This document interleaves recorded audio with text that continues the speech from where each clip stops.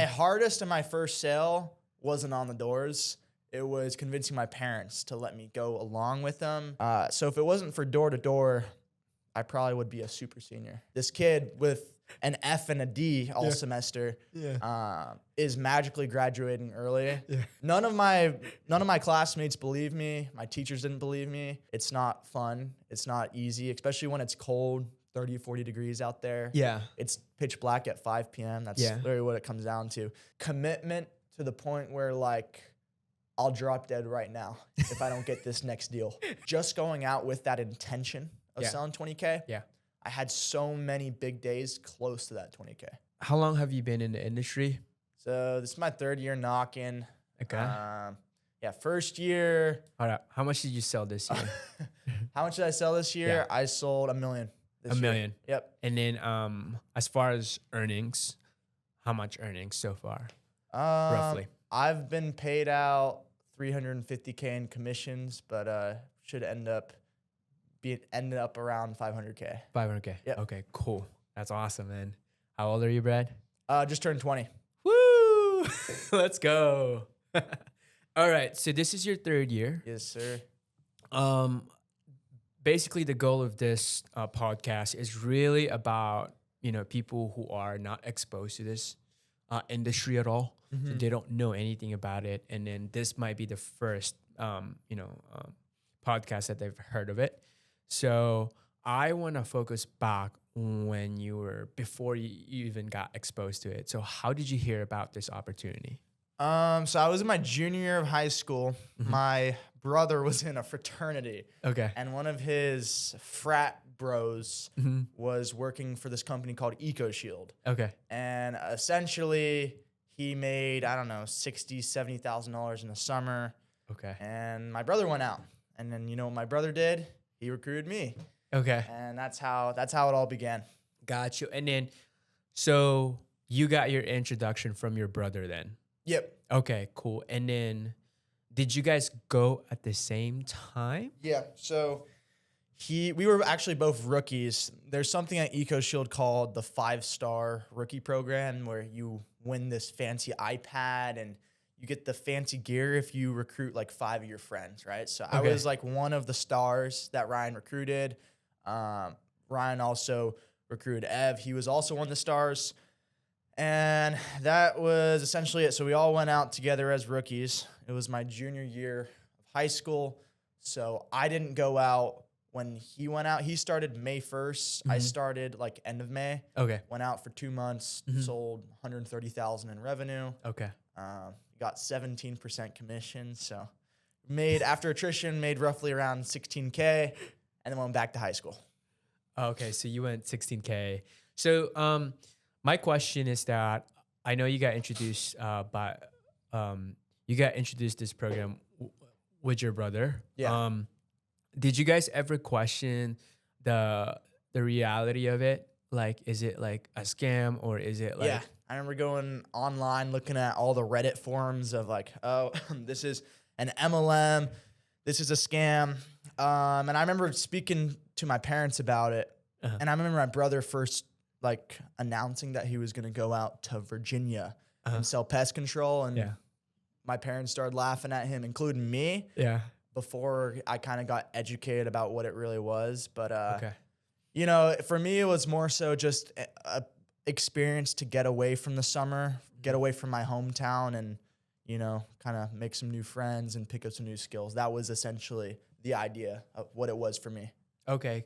And then you never thought about the money aspect of it? Or no, I think, obviously you're always going to think about the money a little bit. Yeah. But it was never about the money. Okay. It was purely about the experience. And the experience, my rookie year was 10 out of 10. It was probably like the best experience I've ever had. Okay. The money, not so much. Yeah.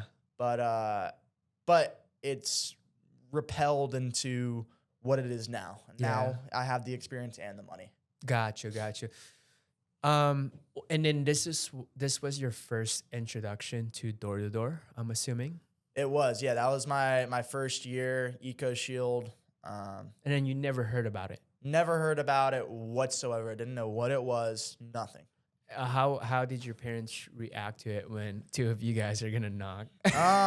So they were like, they didn't really care too much about my brother. Okay. My hardest and my first sale wasn't on the doors. It was convincing my parents to let me go along with them to Virginia to go sell pest control. That was my first and hardest sale. And I just told them, I hard closed them. I just told them I was going to go do it. And I'm glad they let me leave after 2-hour argument, right? And you're 17 years old back then? Yeah. Oh, wow. Yep. And so did they disclose to you that it was going to, what was the expectation there when you were coming out?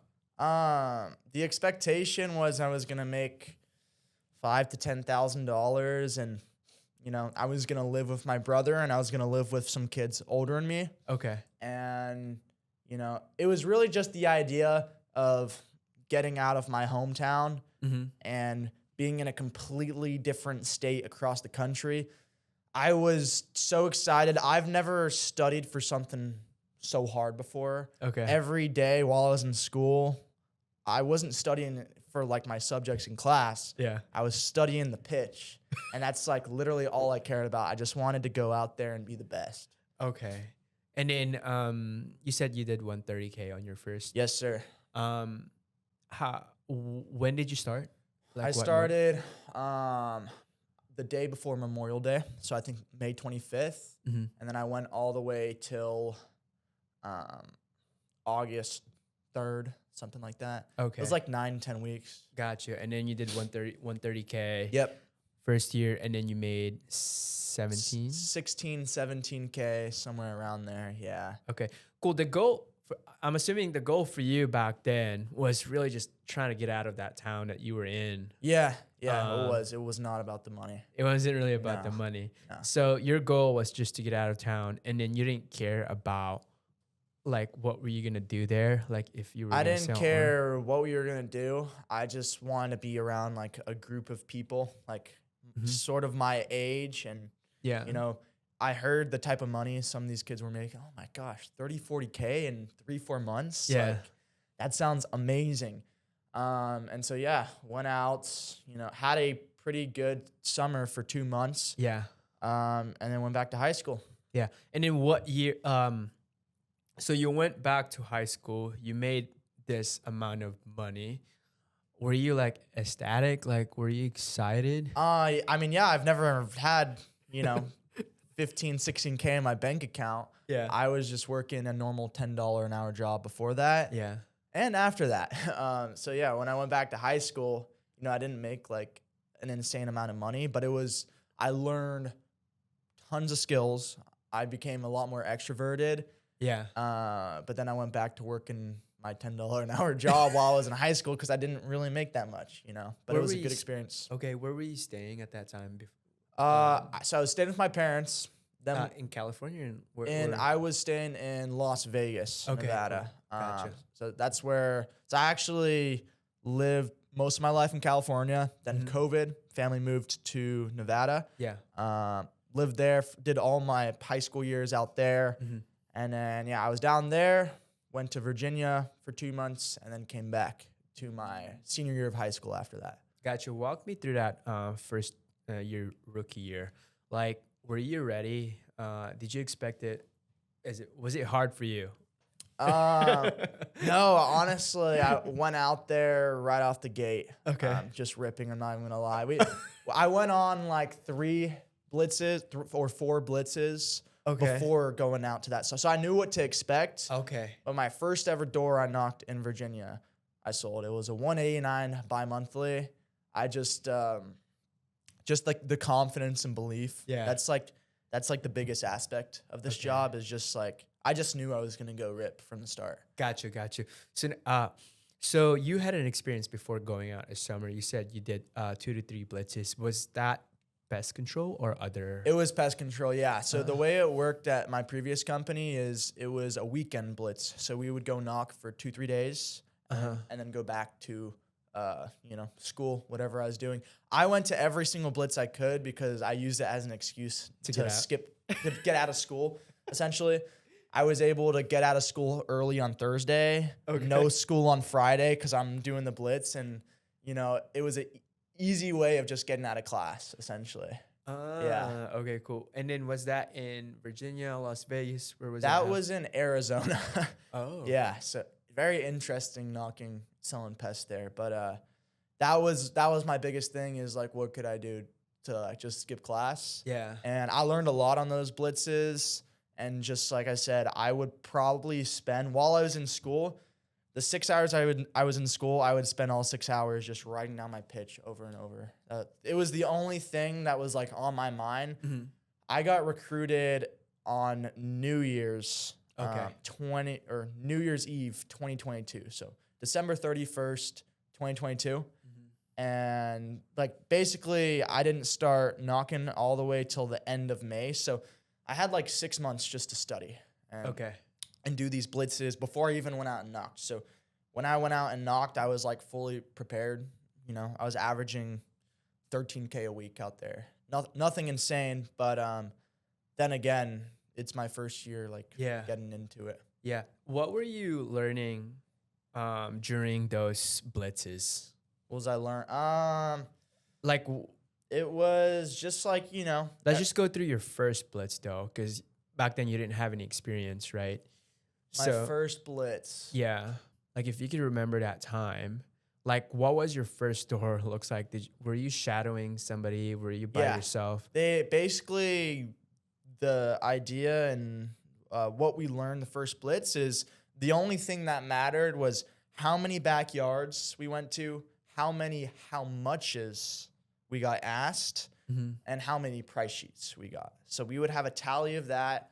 It wasn't about the sales. Yeah. It was just a tally of how many this and this and this happened. And I really liked that because every time I got to the price sheet or every time I got to a backyard, it's a win. It was a win. For me, it felt like the feeling I get of a sale now, that's how it felt on those blitzes was getting into a backyard. That felt like a sale for me. Okay. So you could only imagine what a sale felt like during like one of those blitzes as a rookie, right? It felt insane. Absolutely insane. And so you that basically prepped you for a good summer for 2 months. Exactly. Yeah.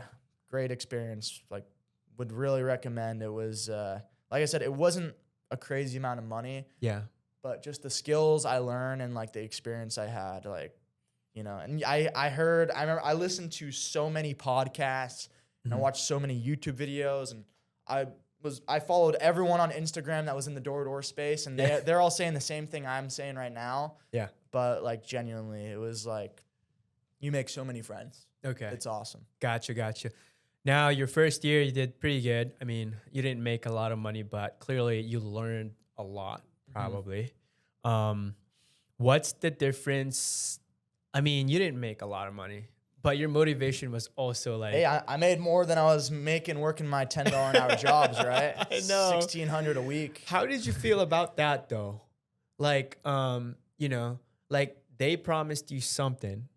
Like, these guys are making money, but I'm only making this amount for 2 months. What was your mindset there? Oh, well, I realized I was only knocking 2 months. All those guys were knocking 5 months. So I was happy with 10, 20K.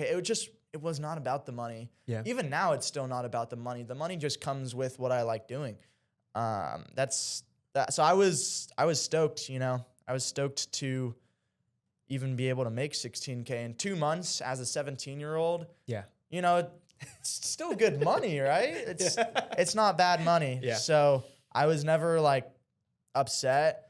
I definitely feel like they could have talked a little more about attrition and stuff because as a rookie, I had no clue what that was. Okay, cool. And so at the end of the summer, I'm like, holy cow, I'm about to make like 35 grand. Yeah. And then like, back ends hit and it wasn't 35 grand, right? Yeah. Okay. But I was never like really upset about it because I knew I'm like, once I graduate my senior year of high school, I'm going to go knock the full 4 or 5 months.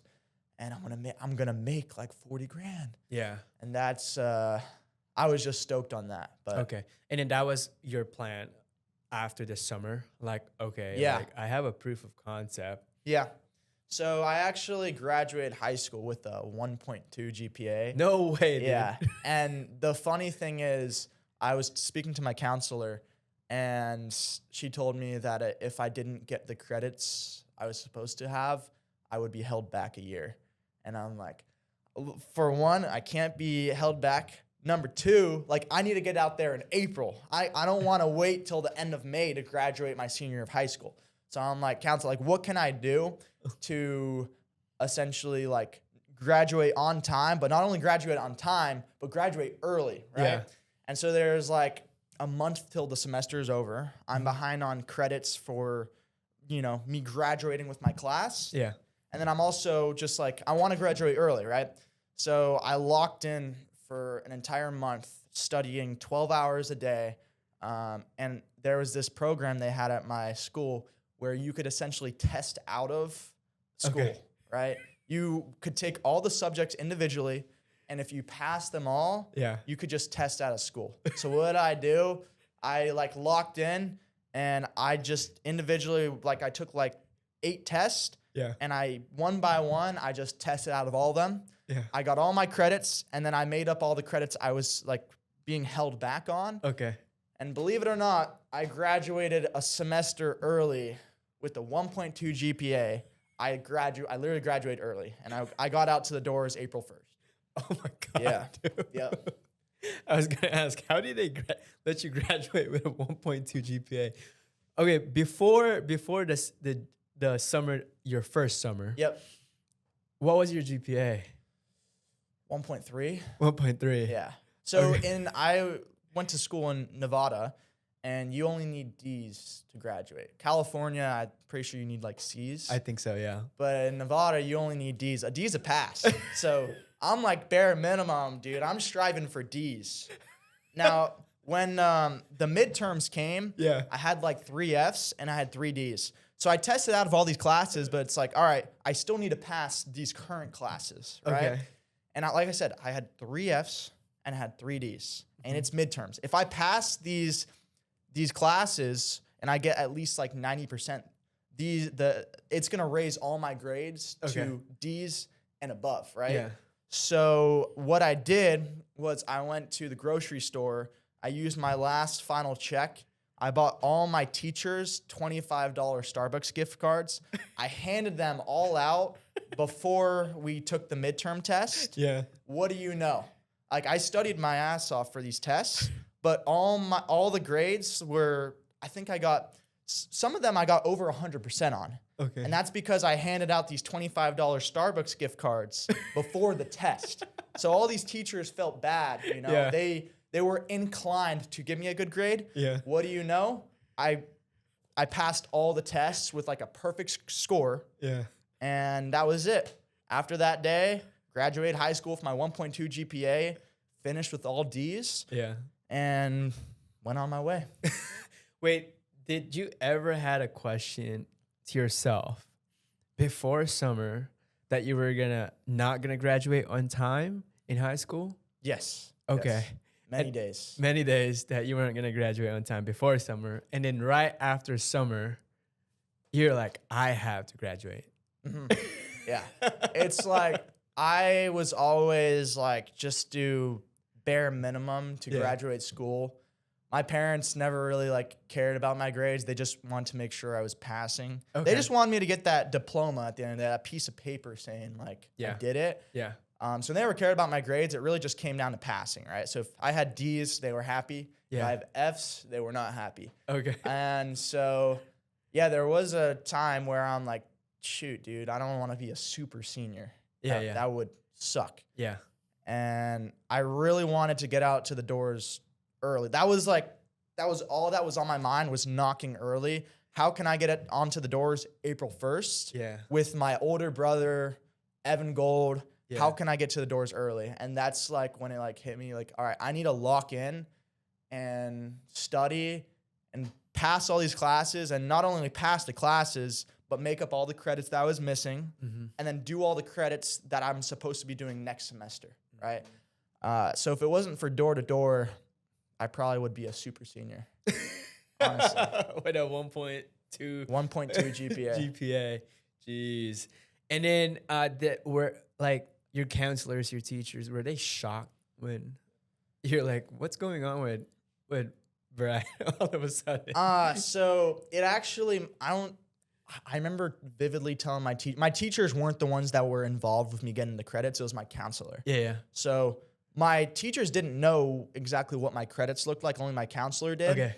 And I remember telling them the last week, I'm like, oh, by the way, like after this semester is over, like I'm graduating high school, I'm done. And they were so shocked because this kid with an F and a D all semester is magically graduating early. Yeah.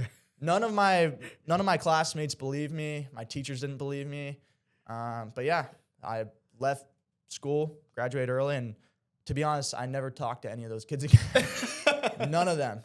I don't have a single friend from high school that I still talk to this day. And I graduated class of 2024. This is like last year, you know? So it's all super recent, but a lot of those kids, it's fun. You think they're going to be your best friend for life and you just never talk to them again. Yeah. Yep. Yeah. That's high school for you though. Yep. And then, all right, second year, you graduated early. Yep. You started April 1st. How did you do there? It was good. So we were in Washington, D.C. I was selling for my previous company. Yeah. EcoShield. Yeah. And then 6 weeks goes by and I was having a pretty good experience. I sold like 80K in those 6 weeks. Nothing crazy. Yeah. But and then our manager, he sits down with me, my brother, and Evan, and he's like, guys, I want to let you know that I'm leaving. And we were all just so shocked. And then he's like, but I want you guys to come with me. And before he even said a word, we hop on a FaceTime call with, all the partners at the Grit. Yeah. And then like basically to sum up the story, a couple hours of talking later, we're switching over to the Grit, right? Yeah. So all the partners flew in town because our manager was supposed to just go home and leave. The partners at my previous company, they didn't know that like we were coming with them. Yeah. So all the partners flew in town. We grabbed dinner with them. They were talking about our plans since like our main manager of the office was going home. Yeah.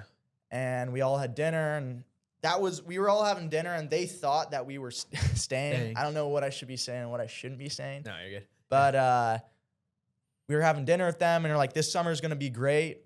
Little do they know, like me, my brother, Evan, like we're leaving in 2 hours and we're driving from Virginia all the way to California to go sell for the Grit. So after dinner, we rounded up all the people in the office and like, hey, we're leaving. We're going to the Grit. You can either come with us or you can stay here. What do you know? All 35 of the guys on that team, they came with us. Mm-hmm.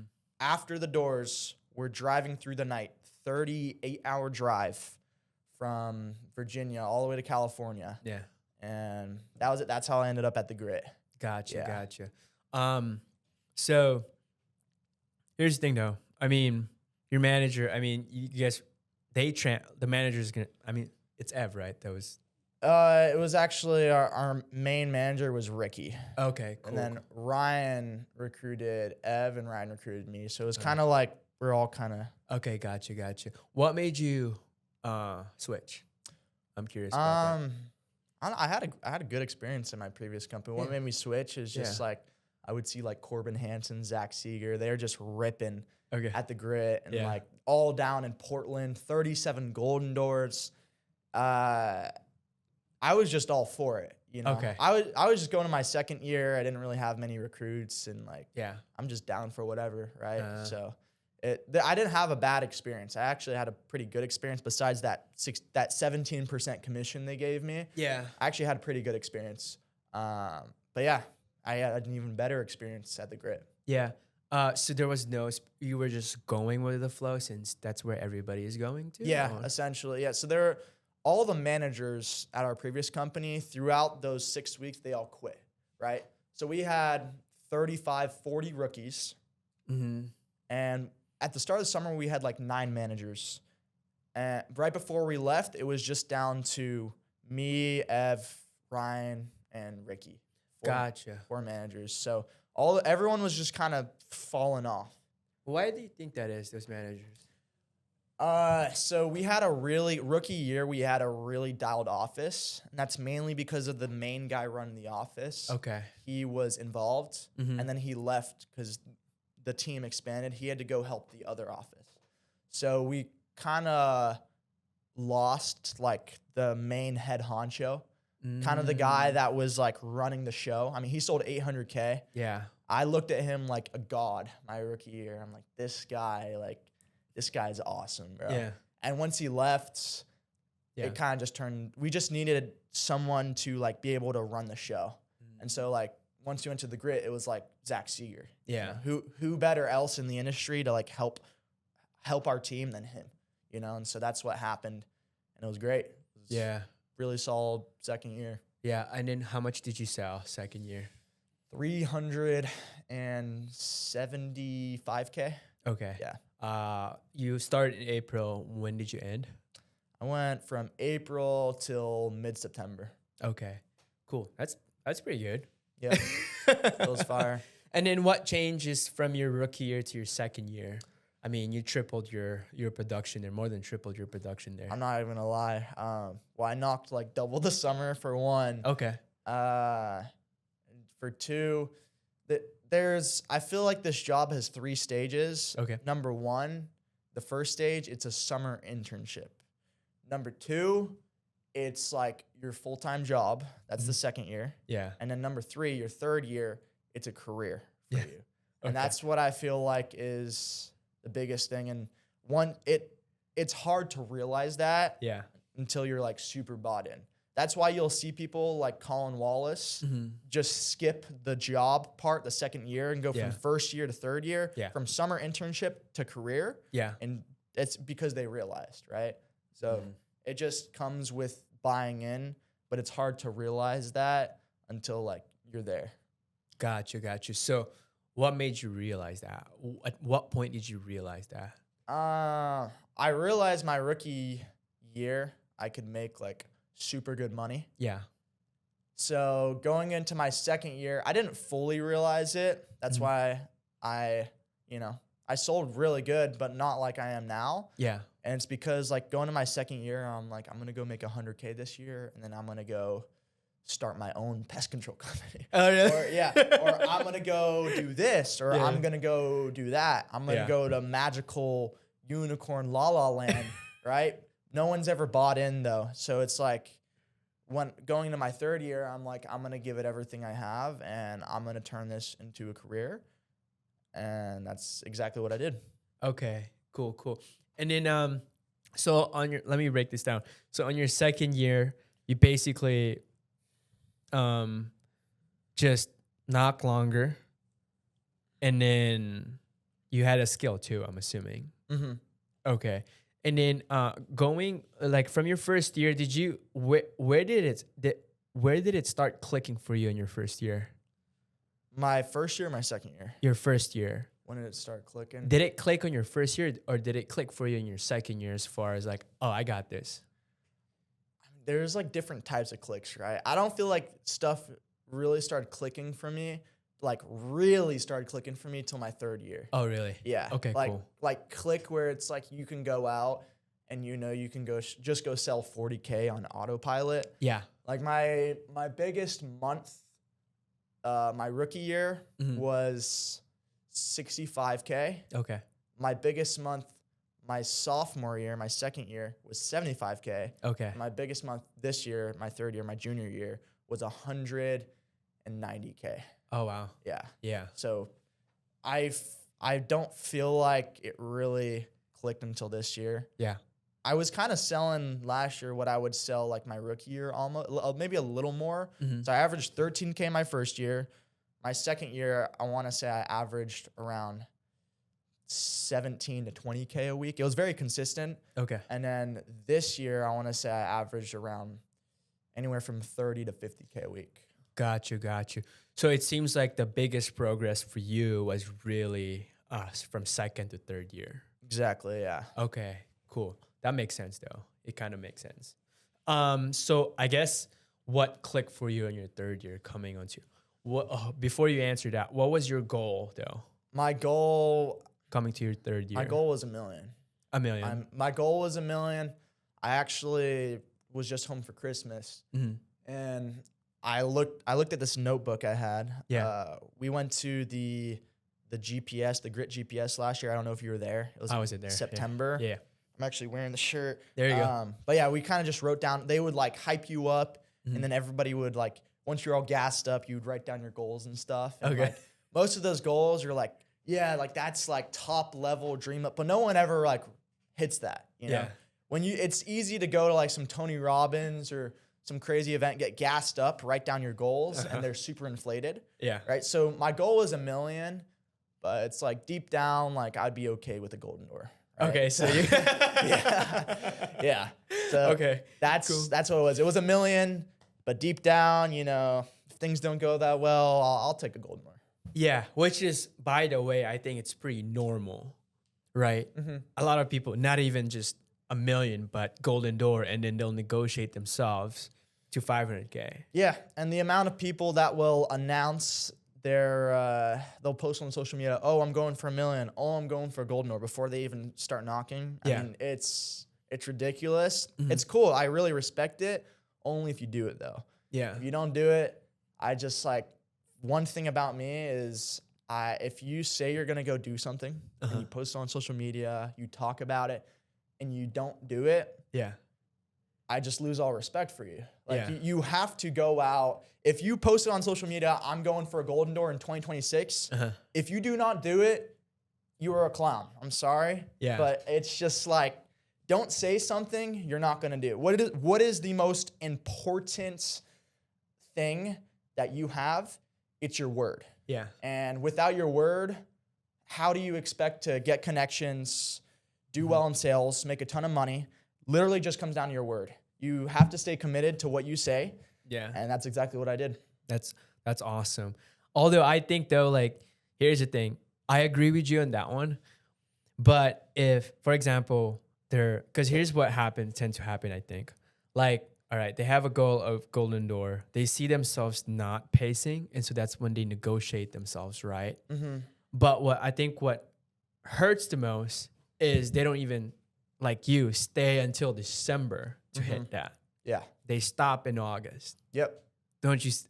Like, do you think like if they were to keep going from August till like December to hit their goal, do you think they would have? Yeah, of course. And that's the thing. If you have big goals, you have to be willing to sacrifice everything. Like, Because I feel like that's what you did. Like, you already had a goal, or you didn't need to like hit the $1 million, right? Because you already hit that goal. But yeah. for you, there has to be an extra push. I don't know what were you saying in your head when you're like, I already hit the golden door, dude. Like, I already had the money. Why go for $1 million?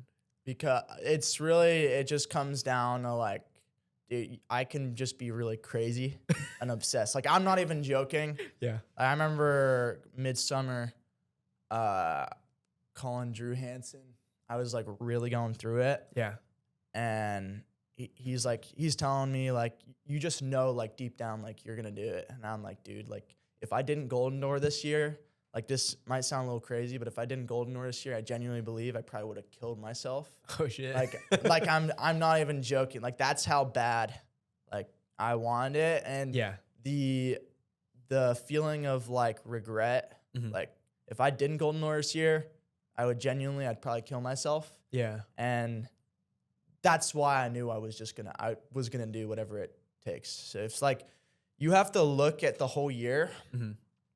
And it's like, if you have these really big goals of golden door or doing $1 million, and you've never done it before, Yeah. you have to be willing to sacrifice your entire year. Okay. You have to be willing to, once you realize that you're going to give up your whole year with your family, your boyfriend, girlfriend, sister, brother, once you're willing to give that up, Okay. that is when you'll hit your goals that you set out for. Gotcha. So basically, if you're a rookie or if you're a second year, third year, and you have a goal of golden door, knock for it. Like, just for that whole year, don't even stop. No, not that, but if you're a rookie going for a golden door, Yeah. be willing to sacrifice everything Yeah. before you go out for the summer. Be willing to come to terms that if you have to knock for that long, Yeah. you will. Yeah. And I feel like a lot of people don't ever do that. And that's like the biggest thing. It's not about how good you are. Like, I'm not really that good of a sales rep, you know, but compared to like Zach Seeger. Yeah. But if you can just sit down before the summer and like just come to terms with yourself that you're willing to sacrifice a whole year if you have to, you're willing to knock till Christmas if you have to. Yeah. That is when you see people hit their goals they set out to hit. Gotcha. Now, I know you just finished up. It's December. It's almost at the end of the year. Yeah. What were you telling yourself?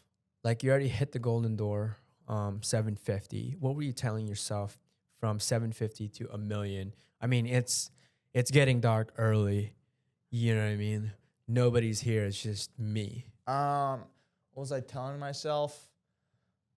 My whole family's gonna die if I don't sell 10K worth of pest control today. Oh, really? I'm gonna kill myself if I don't sell 10K worth of pest control today. Dude, I mean, like I said, to stay out there that long, you have to be crazy. Like, Yeah. it's not fun. It's not easy, especially when it's cold, 30, 40 degrees out there. Yeah. It's pitch black at 5 p.m. That's Yeah. literally what it comes down to. If I don't sell one door in the next 30 minutes, I'm going to kill myself. Like, that is what's going through my brain Okay. when going for those big goals. Gotcha. So basically for you, it's the negative emotions that motivates you to keep going.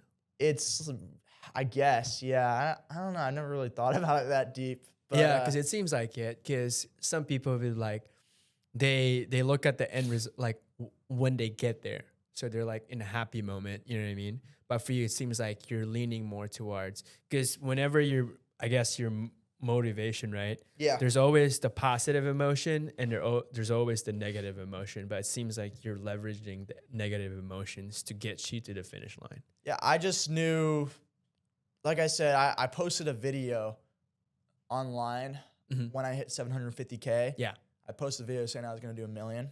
Okay. And it's like, if I didn't do $1 million, excuse my language, but I'm the biggest pussy ever. You know? Yeah. So Okay. that's really it. If you tell people you're going to do something, at least for me, Yeah. it's just like, dude, I couldn't be able to live with myself knowing that like I put something out on social media. I said that I was going to go do this and like I didn't. I can't. Yeah. So you got to be very careful with your words. Yeah. You got to be very careful of what you put out there and say. Because if you don't do it, like I said, your word is everything. Gotcha. I only want to work with people that keep their word. Right. So does every other person I've talked to that's successful.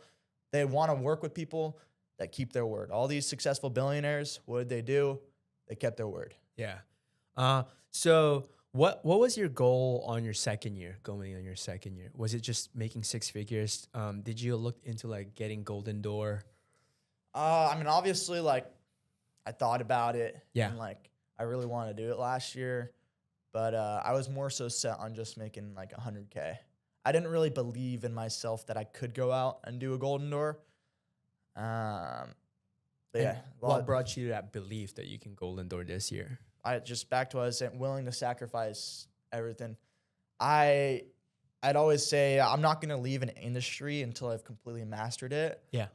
Just the idea of knocking and selling pest control door to door for 2-3 years and walking away from it and not being able to say that like I completely mastered it, like just kind of left like a hole in my heart. So I'm like, if this is my last year, I have to do a golden door. Otherwise I cannot leave the industry. I have to be able to go out and say like I mastered it before I do whatever I'm going to do next. Gotcha. And then where were you at mindset wise on your second year to your third year? What was the big difference there?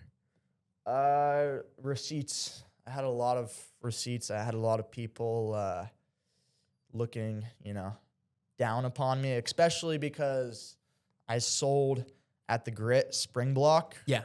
I switched to another company Okay. this year, sold 150K over there, Mm-hmm. and then I switched back to the Grit because it wasn't going well. Mm. So I had a lot of people, doubting me. I had a lot of like banter, just tons of receipts, and it's good to have those receipts, saved up, show people what you can actually go out and do. Gotcha. So, so it was just like people were doubting you. They were like talking shit. Just Is it not like- even that people were doubting me, just ton of shit talk. Just I'd hear it all, and Like Grit, other companies. Grit as well. Yeah, no, like there's just a lot of shit talk, and Yeah. I would knock. There were days where I would just knock Sundays, especially spring block. I just knock every Sunday, and Yeah. it's why not, Right. And then when fall block rolled around, it was pure sprint mode. I only took one. I was out there from 750K to the million. Yeah. I only ever took one Sunday off for that entire 2.5 months I was out there, plus the gala because had to go get my trophy. Yeah. But every Sunday, just knock. I was just committed to getting the million done. I mean, going from 750K to a million, it's hard. This is basically what I said to my buddy Cole that I spoke back in Utah. Yeah. When I went to Africa, Mm-hmm. there was 15 Golden Door reps on that trip, something like that. Yeah. 14, 15, and super cool people. Yeah. But it's like, dude, like I worked my ass off, and there's 15 other Golden Door reps that did exactly what I did. Yeah. Not only like better, but faster. Okay. Right. And it just, that was like when it clicked for me, like, all right, I need to go out and do a million. Yeah. Cause like, and this is crazy to say, but like, I feel like a little average. I'm with 15 Golden Door reps. We're all on this trip together, and they did exactly what I did. And that's like, all right, when I get back, I'm just going to go do a million. Like I'm trying to be in another league. Yeah. And that's just the crazy thing is being at the Grit. Like there's no other company you can go to and sell a Golden Door and still kind of feel like that. Yeah. But that was like when it clicked for me. I'm just going to go do a million. Gotcha. So, next question. I'm curious though, because you mentioned that you switched company. Yeah. After Springbok. Yep. What happened there? Walk us through that whole situation. I got the fancy sign on. I got promised a personal tech. I got promised good hood, this, that, and it was good. I was number one rep in the company 3 weeks in a row while I was over there. Okay. And it's a big company. It's $1 billion company. Okay. Starts with an A. But it was good until it wasn't. Okay. I realized like the last week I was there very fast that it was starting to go downhill. From my experience, honestly, like super good time at the company. Mm-hmm. But I just noticed I'm like, if I stay at this company, I don't think I'm going to be able to hit the goals I hit. And the chances are I probably would have made more money staying at that company. Mm-hmm. I was getting very good commission. Yeah. I was getting 75% commission, more than I'm getting right now at here. Yeah. But I just had this gut feeling deep down I wasn't going to hit the goals I set out for. And once I realized that, that's when I kind of made the switch back to the Grit. Okay. Cool. But did you have any conversation before the selling season for you with other companies? Yeah, I looked around at like 3 different companies. Okay, cool. I really wanted that sign on, that marketing deal, the commission, and Yeah. it's like, it sounds all good Mm-hmm. until like you get there, Mhm. and it can still be good when you get there. Yeah. But long term, like it just kind of, it just didn't really go as like I thought it would. Okay. So I kind of just manned up and came back to the Grit with my head down and just stayed focused on what I wanted the most was the Golden Door, not the money. Right. So, I got another question for you. Where did you sell Spring Block? I sold it in Mississippi, Okay. I sold in Louisiana, sold in Florida.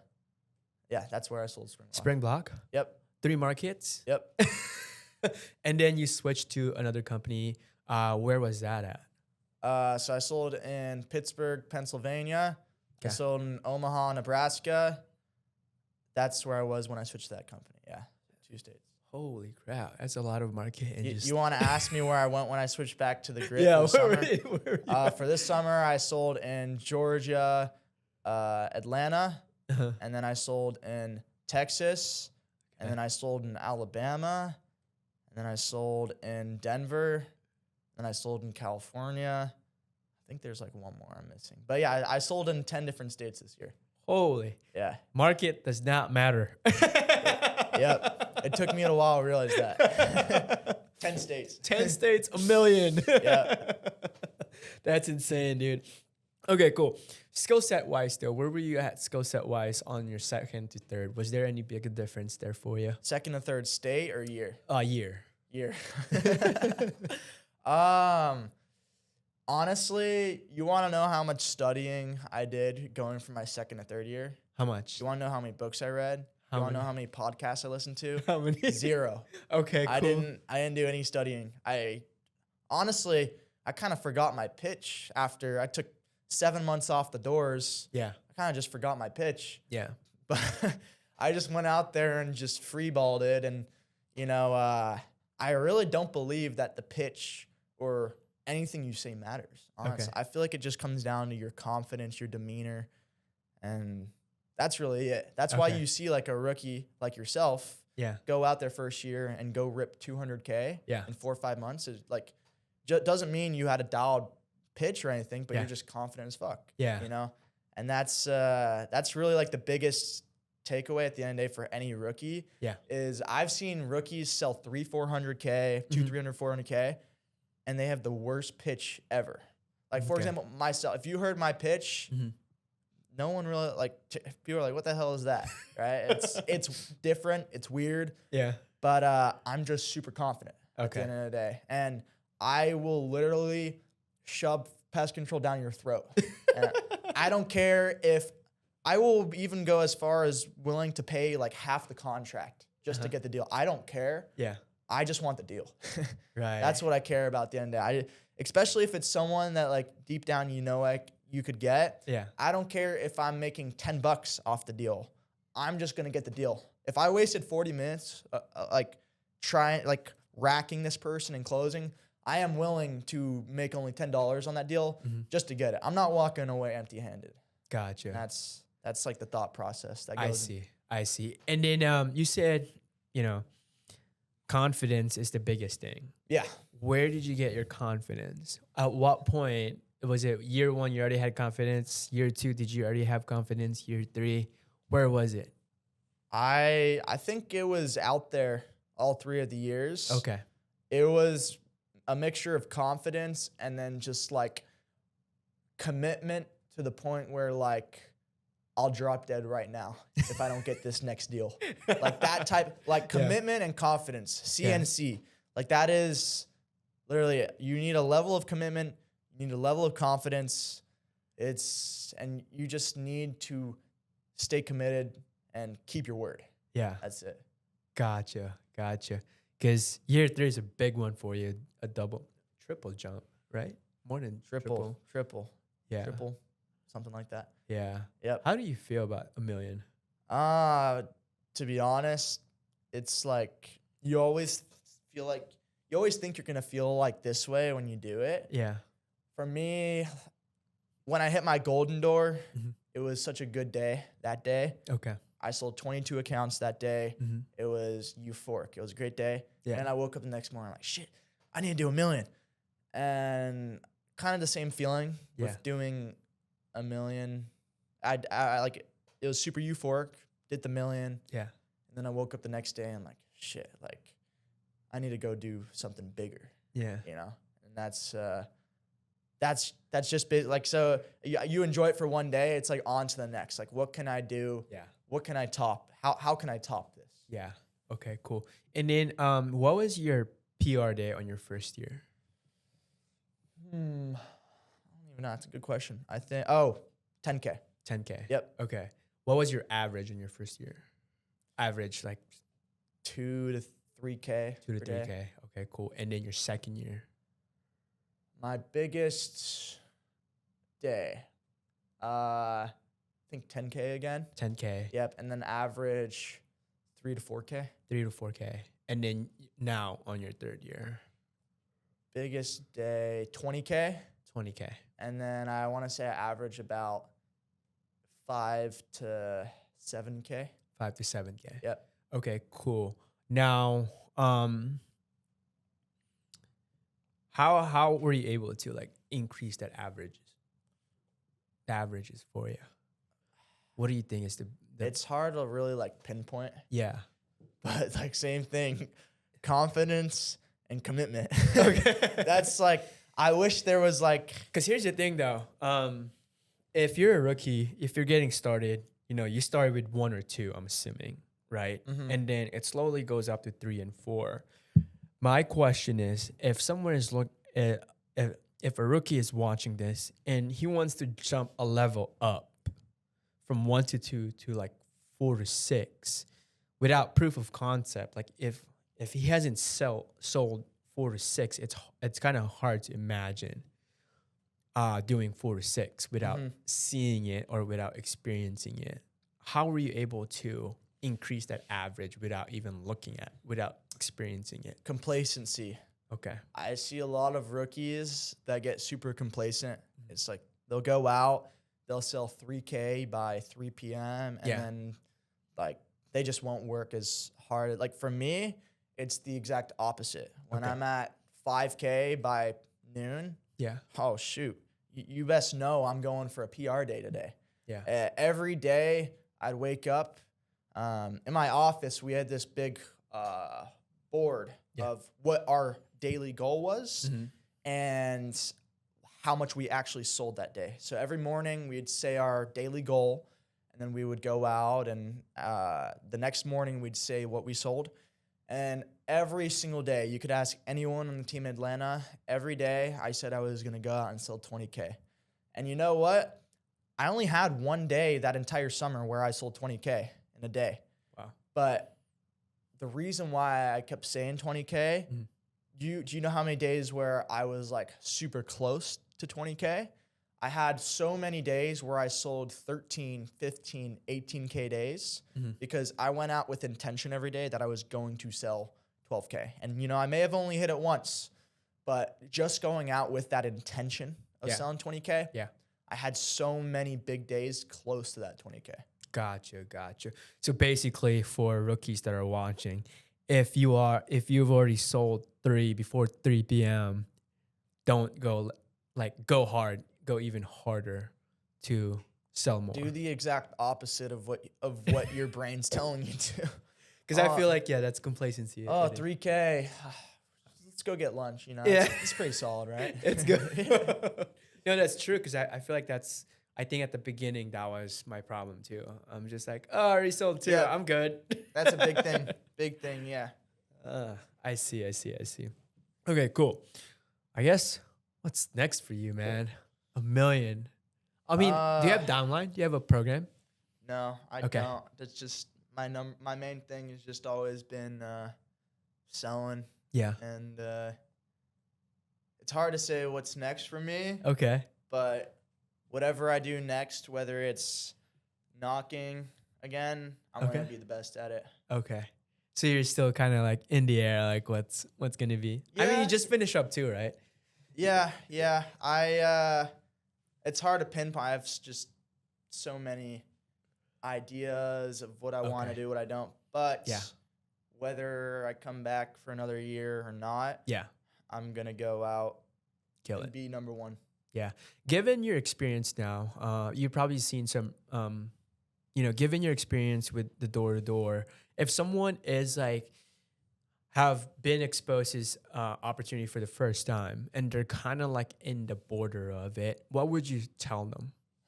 Stop thinking and just do.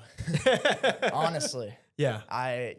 You could listen to countless like stories and like of how much this kid made, and it's like you just need to go out there and do it. That's like biggest thing is people will say they're gonna do this, say they're gonna do that, and like I'm starting this day. I'm starting January 1st. Yeah. I'm starting April 1st. Yeah. I'm starting May 1st.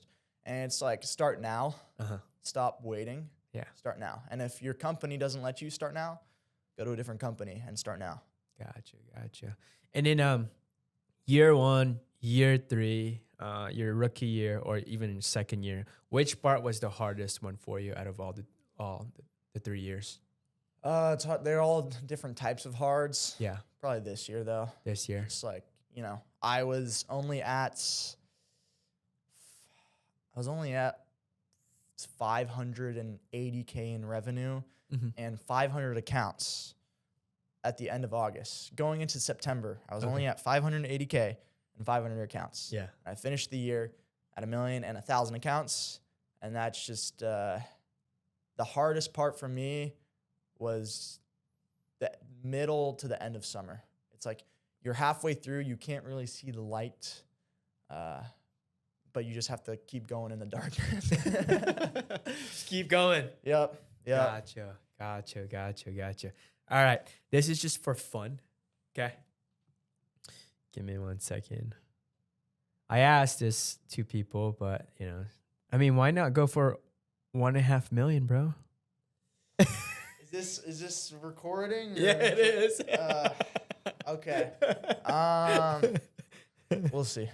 I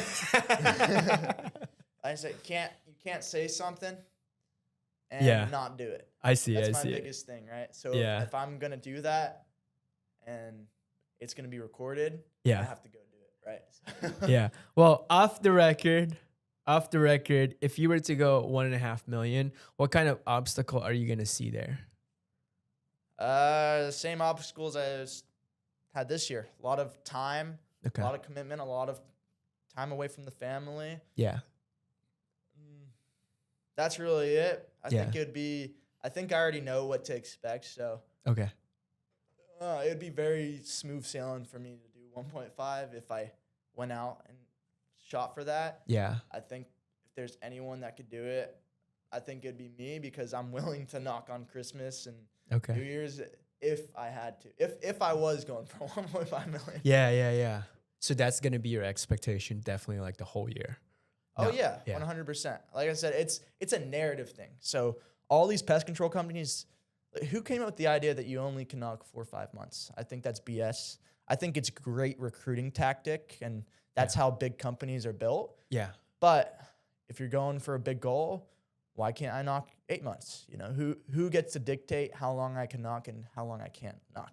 Right. And if you're at a company that only lets you knock 4 or 5 months, it's like, all right, if you have these big goals, it doesn't matter what the date is that you end on. Yeah. All that matters is you hit your goal. You want to set like a date for like a reference, but at the end of the day, the goal matters way more. And if you have to knock past that date, so what? You don't knock until this date. Once this date shows up, you go home. You knock until you hit that goal. Whether that's you hit it early or you hit it late, you just knock until you hit it. Yeah. Right. So that's it. Are you committed to Golden Door? Okay. Well, you can hit it. You can totally Golden Door in 4 months. But if things turn out pretty slow and you're not pacing for that, are you willing to knock 8 months? Yeah. And that's just a true definition of what a Golden Door is. Are you willing to knock 4 months, 8 months, 12 months? What are you willing? What level of commitment do you have to get it done? Yeah. And then how do you manage knocking around nighttime?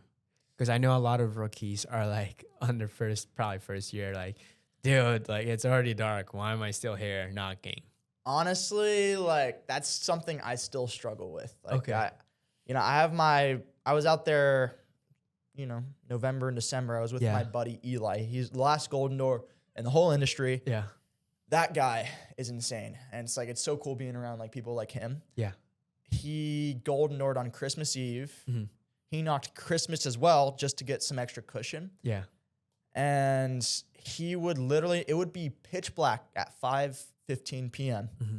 He would knock till 9:30, 10 p.m. every night. Jesus. I would knock like an hour and a half in the pitch black, get off the doors. We'll call it 6:30, 6:45. Yeah. he would knock till 10 p.m. and he gave no fucks. So if I have a goal and I'm going for a bigger goal, that's honestly something I need to work on as well, is knocking until someone pulls a gun on me or the cops get called. Honestly, that's the level of psychopath you need. Yeah. And that's something I lack. And it's like, if I can get to that level of psychopath, I think I can do a lot more than 1 million. Gotcha. And then what story were you telling yourself when you were knocking pitch black? Just one more deal. One more Just deal. One more deal. One more deal. And it's like, what's the worst that is going to happen? I get shot. Oh, well, you know, nothing I can do about that. And then, I get the cops called on me. I go to jail. All right, I'm not afraid to go to jail. So it's like, once you get past those two things in your head, like, it can't be that bad, right? Right. Yep. That's awesome, dude. All right. Here we go. Give me 1 second here. All right. So, just for fun, 6 objections in 60 seconds. Oh, boy. All right. Mine is off the doors. All right. First one, I'm not interested. I already have a person. Cool. Who do you use? A. Okay. Yeah. No, I'm actually really familiar with them. Actually, most of your neighbors, believe it or not, that's who I switch them over from. Okay. The only reason why all the neighbors use me instead of them, I'm just a little different. Number one, I use an oil-based spray. They use a water-based spray. So when it rains, guess what? The spray washes away. Mine sticks. Okay, Roll cool. into the bin. Okay, cool. I do it myself, and it's cheaper than your service. Cool. What do you use? I do it myself. Oh, like Home Depot. Yeah, I mean, that's literally what everyone does. The only issue is when you spray around the house, like, I'm sure it does like a really good job, but when it rains, guess what? It just washes away. So I use an oil-based spray. Okay, cool. I have to talk to my wife. Yeah, I mean, I totally hear it. I'll be like completely honest with you though, dude. Like, us guys, like, we don't really care about the bugs. Mm-hmm. The wives, like, I have a fiance, and the wives are the ones that are honestly, they're the ones calling me out. So if anything, like, your wife's gonna be more happy about this than you. So let's just do this. Okay, cool. I love my technician. I've never gotten that one before. I've never gotten that before. All right. I've been with him for 20 years. Yeah, cool. And you'll be with me for 20 years. And I roll into it. There you go. All right. And then favorite quote that gets you through tough times. Favorite quote? Yeah. I've never had a favorite quote. I guess my favorite quote would be the one I just made up in my head right now. What do you say? Keep your word. Okay, cool. Now, how do you manage through? I mean, you know, this job is a real roller coaster. How do you manage through that? It's hard. I'm not the best at managing it, but Yeah. when you have like a goal and you're committed to, like, it's a narrative thing, going out and knocking 4 months straight. Yeah. I knocked 9 months, and I didn't knock August. Okay. I didn't knock any of March, which is like some people did spring block in March. Yeah. But, just taking breaks when you need to. Okay. I only had 1 month this entire year where I knocked the entire month, believe it or not. It was November. Really? I didn't have any other month this year where I knocked like the whole month. When you're talking about the home month, that means Sunday included, right? No, I'm saying like wait, say that again. When you're saying like you knock the whole month, that means no off, like including Sunday, or No, I'm saying without Sunday. Like, I'm saying 6 days a week. Okay, cool.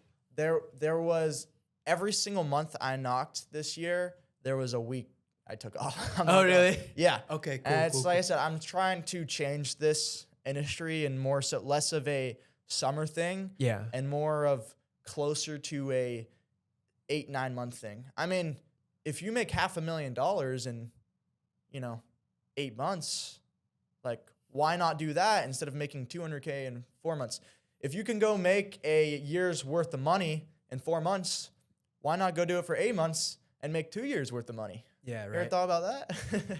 No, that's good. Yeah. That is good. No, because some folks just do it like six, 6 times a week. The and then that's it. only case I would say where it doesn't make sense is where if you are going 110% in recruiting Yeah. or 110% in something else or school, Yeah. that's like, okay, cool. But if you go out and you make 100K in 4 months, why the fuck are you not going out for another 4 months after that and making $250,000? Why not? Yeah. So if you are sitting around for 7-8 months and just like being a couch potato, Yeah. like you're already great at this, you're already great at something, why not go make more money?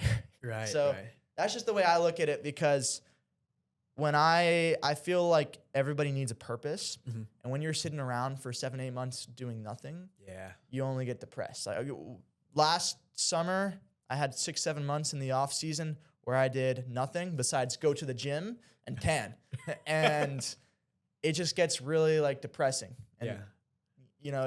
it's hard knocking out there in October, November when it's cold, but at least you have a purpose. That's true. Yeah. So if you were to look back from year 1 to year 3, what would you have done differently if you were to go back again?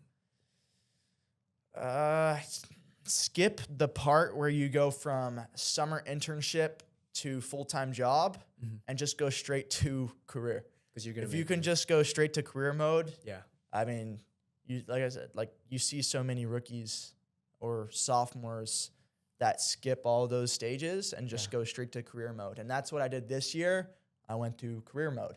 I went from first year, like I said, I went from first year summer internship, second year full-time job, third year career mode. And if you can just learn to either go from summer internship to career mode, if you can just skip, you're going to propel so fast. Yeah.